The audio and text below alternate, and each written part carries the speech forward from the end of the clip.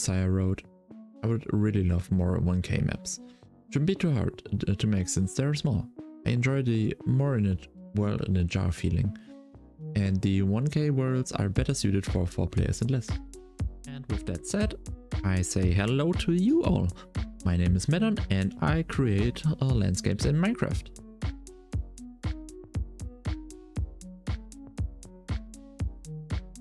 From time to time I ask my community what they think and what they wish for. And I try to give them as many opportunities to drop a suggestion or leave a map idea or anything similar to that. I really like the idea to include the ideas of my community and the people around me into the worlds so that you can actually be part of the worlds, more or less. And this is where we come to Daxotonus. This is one of the first 3 worlds that are in this style, in the small world in a jar style. And I wanted to take it around the world today. And if you want to see more of these custom worlds and enjoy the exploring as much as I do, then maybe hit the subscribe button. Let's go!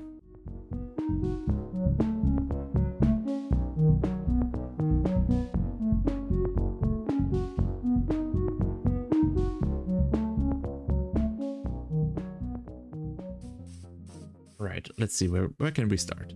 So let's start with describing the island itself and how it's composited and how it's set up. So we have the mountain in the middle, we have cliffs to the south with a river splitting the cliff edge with the flatlands, more or less. Then we have I would call them pirate islands because they strike as much there, and we have plenty of pirate caves in these. We have to decide the baseline or the baseland cliff edges for when the land intersects with seas. For the south we have the river exit with a lot of sandbags and a village.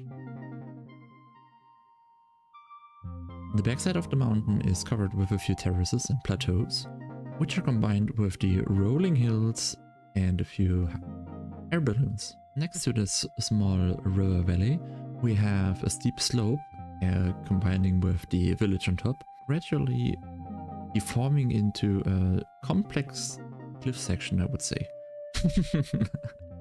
It's in fact it's a combination of multiple cliff types that I created for my worlds. Biome wise, we have dozens of biomes on this island, but mostly the basic ones that are quite necessary to have, I find. We have jungle, we have the birch forest, plains, and of course also rivers. We also have spruce forests, and as you have probably seen, the basic oak forest too.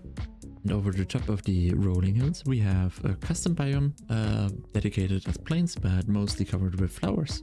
So it's like a flower plains biome.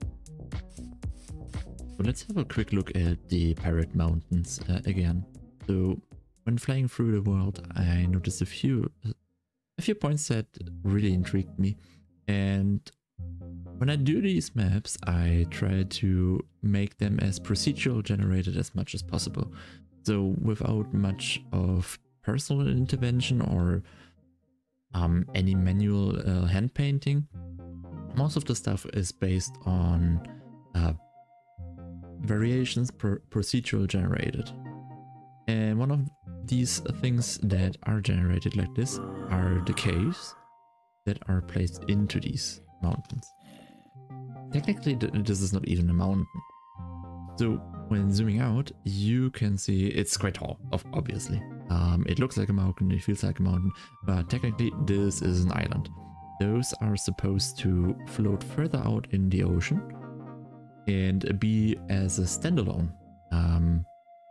in the worlds themselves, so that you could basically create there a pirate island and a fortress there and something like that. And then further down on the bottom, what we can see is that these are on the floor are mostly carved out partially. Sadly, some of the caves intersect with those caves and lead to some bizarre cave generation. But overall, you can see what I'm trying to achieve here.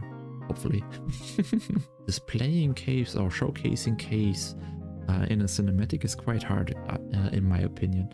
So you hadn't seen me do these mostly, because as you can already see, how do you display that? it's so complex, it's so weird, it's it's quite complicated. So you see the noodle caves, the spaghetti caves, you see a crystal cave further up, and also below me where we just traveled through the big cheese caves.